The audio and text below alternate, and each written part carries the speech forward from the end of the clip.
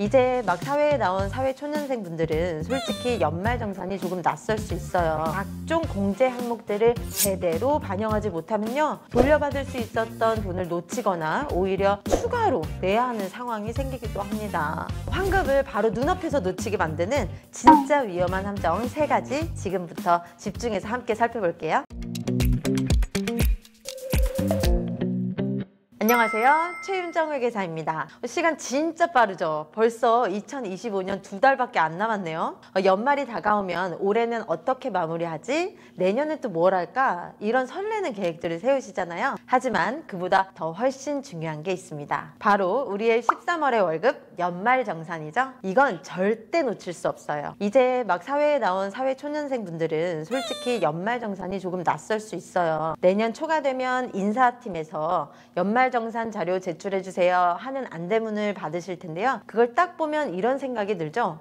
다 한국말인데 왜 하나도 모르겠지? 오늘은 2025년 연말정산에서 환급 많이 받는 법, 그리고 많은 분들이 자주 하시는 실수까지 한 번에 정리해 드릴게요. 먼저 기본 개념부터 간단하게 짚고 갈게요. 연말정산이란 우리가 매달 급여에서 미리 떼어낸 세금을 실제 내야 할 세금과 비교를 해서 연말에 정산하는 과정이에요. 이때 내가 받을 수 있는 각종 공제 항목들을 제대로 반영하지 못하면요, 돌려받을 수 있었던 돈을 놓치거나 오히려 추가로 내야 하는 상황이 생기기도 합니다. 예를 하나 들어볼게요. 연봉 3천만 원인 신입사원이 있습니다. 1년 동안 월급에서 원천 징수된 세금이 총 240만 원이었어요. 그런데 연말정산 때 소득공제랑 세액공제 항목들을 꼼꼼하게 챙겨보니까요, 실제 부담해야 될 세금이 200만 원이더라고요. 그럼 차액 40만 원을 환급을 받게 되는 거예요. 여기서 소득공제, 세액공제라는 단어가 나왔죠? 많은 분들이 이 둘을 헷갈려 하시는데요. 세금은 기본적으로 과세표준이라는 금액에 정해진 세율을 곱해서 계산을 합니다. 이 과세표준을 낮춰주는 게 소득공제고요. 계산된 세금 자체를 줄여주는 게 세액공제예요. 이걸 얼마나 꼼꼼하게 챙기느냐에 따라서 돌려받는 환급금이 달라집니다. 소득공제의 가장 기본은 바로 내가 쓴 돈입니다. 연말정산에서 내가 쓴 돈이 곧 환급액이 되는데요. 사업자는 수익에서 비용을 빼고 남은 금액의 세금을 내잖아요. 직장인도 마찬가지예요. 우리가 받는 월급이 수익이라면 그걸 벌기 위해 쓰는 교통비, 식비, 병원비, 그리고 월세 같은 건 일종의 근로소득을 위한 비용인 거죠. 그래서 내가 1년 동안 신용카드, 체크카드,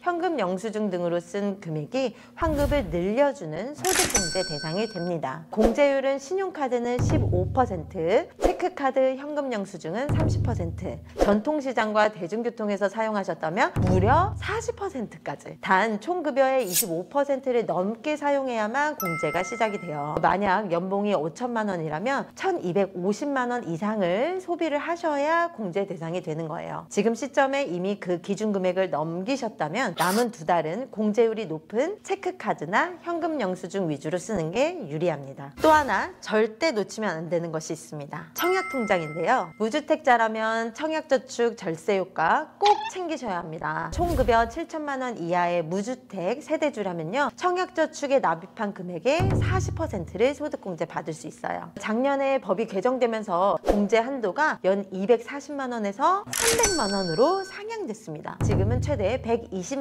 원까지 세금 혜택을 받을 수 있죠. 소득공제로 1차 할인을 받았다면 이제는 세액공제로 세금 자체를 직접 깎아낼 차례입니다. 꼭 챙겨야 할 대표 항목들을 짚어드릴게요. 첫째, 의료비입니다. 의료비는 본인뿐만이 아니라 가족의 비용도 공제가 가능한데요. 라식이나 라섹 같은 시력교정술, 또 안경이나 렌즈 구입비까지 모두 포함이 돼요. 총 급여의 3%를 초과한 금액에 대해서 15% 세액공제, 난임시술비는 무려 30%까지 공제가 가능합니다. 의료비는 진료일이 아니라 결제일 기준이에요. 병원비 결제를 내년으로 미루지 마시고 남은 2달 안에 결제를 끝마치셔야 올해의 공제로 포함이 됩니다.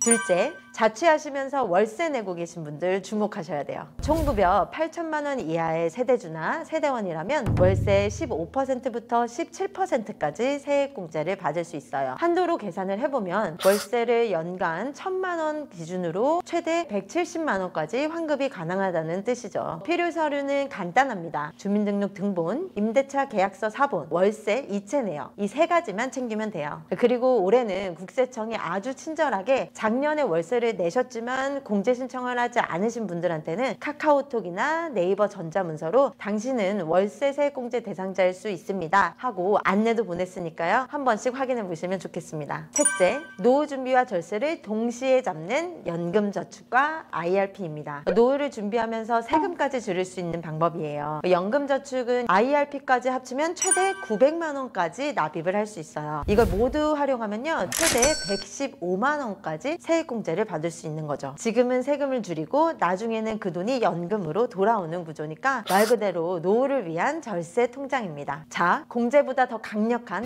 감면 항목도 있습니다. 특히 중소기업에 다니는 청년분들이라면 이건 정말 꼭 챙기셔야 하는 혜택이에요. 취업일 기준으로 만 15세부터 34세 이하의 청년이라면 최대 5년간 근로소득의 90%를 감면할 수 있습니다. 한도는 연 200만 원까지인데요. 쉽게 말하면 세금 10만 원 낼 걸 1만 원만 내는 수준이에요. 다만 이건 자동 적용이 되지 않습니다. 회사에 반드시 중소기업 취업자 소득세 감면 신청서를 제출해야 하고요. 서류 한 장이 환급을 좌우합니다. 청년 근로자분들, 이건 정말 놓치면 손해니까 꼭 챙기세요. 최근에는 절세 혜택이 있는 금융상품에 대한 관심도 뜨거운데요. 대표적인 두 가지가 바로 ISA와 청년 도약 계좌입니다. 먼저 ISA는요, 정식 이름은 개인 종합 자산 관리 계좌. 여러 금융상품을 한 통장 안에서 관리할 수 있는 계좌예요. 이 ISA를 3년 이상 유지를 하면 그동안 발생한 수익 중에서 일반형은 200만 원, 서민형은 400만 원까지 비과세 혜택을 받을 수 있습니다. 그리고 이 한도를 넘어가는 수익에도 좋은 점이 있는데요. 보통 금융소득세는 15.4%의 세율이 적용되지만 ISA에서는 9.9%의 낮은 세율만 적용이 됩니다. 또 한 가지 팁.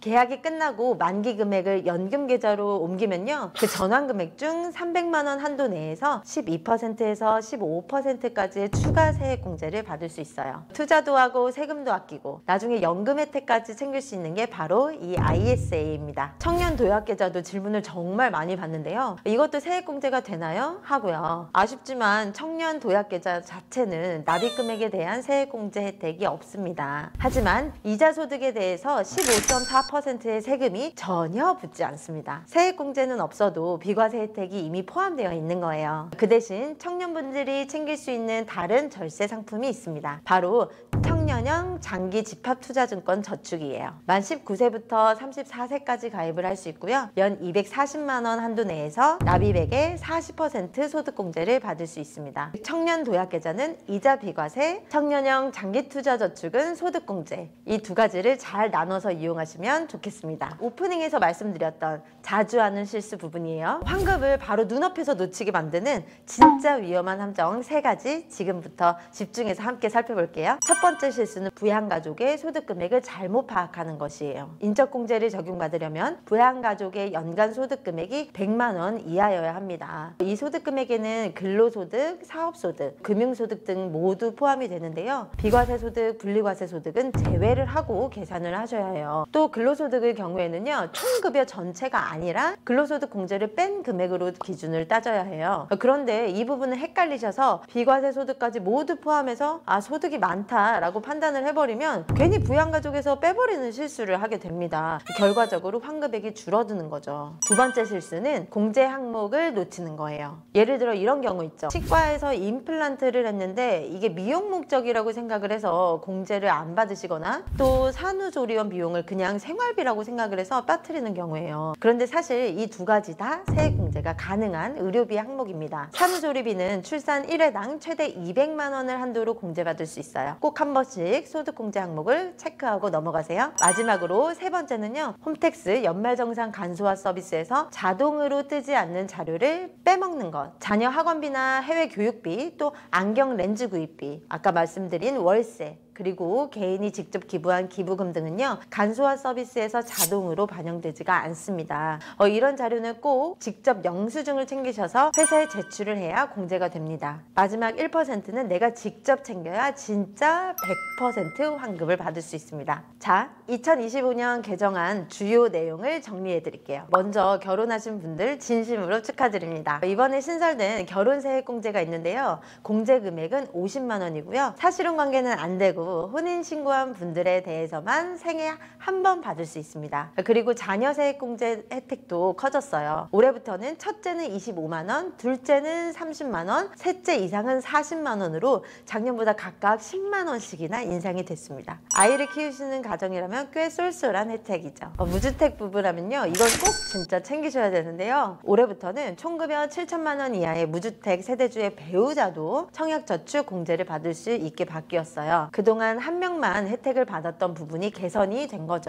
집도 같이 준비하고 세금도 같이 줄이는 부부 공동 절세 시대가 열린 셈이에요. 그리고 고향사랑 기부금 제도가 올해 더 확대됐습니다. 특별 재난 지역에 기부를 하면 공제율이 30%, 기부 한도는 2천만 원까지 늘어났어요. 우리 고향에 기부도 하고 고향으로부터 답례품도 받고 거기에 세금까지 줄일 수 있는 거죠. 마지막으로 하나 더 꼭 알아두셔야 할 변화가 있습니다. 2025년 7월 1일부터는요, 수영장이나 헬스장 등 체육시설 사용료도 신용카드 소득공제 대상에 포함이 됐어요. 그동안은 공제 대상이 아니었기 때문에 이건 정말 반가운 변화죠. 연말정산은요, 매년 똑같아 보이지만 사실 매번 조금씩 달라집니다. 법이 바뀌면 환급도 달라지거든요. 세금은 단순한 숫자가 아니라 내 한 해의 기록이에요. 오늘 이 영상이 여러분의 그 기록을 조금 더 단단하고 든든하게 만들어 드린다면 좋겠습니다. 2025년 귀속 연말정산 준비 이제 자신 있게 하실 수 있겠죠? 좋아요, 구독, 알람 설정 잊지 마시고요. 다음 영상에서 또 유용한 세금 꿀팁으로 다시 찾아뵐게요.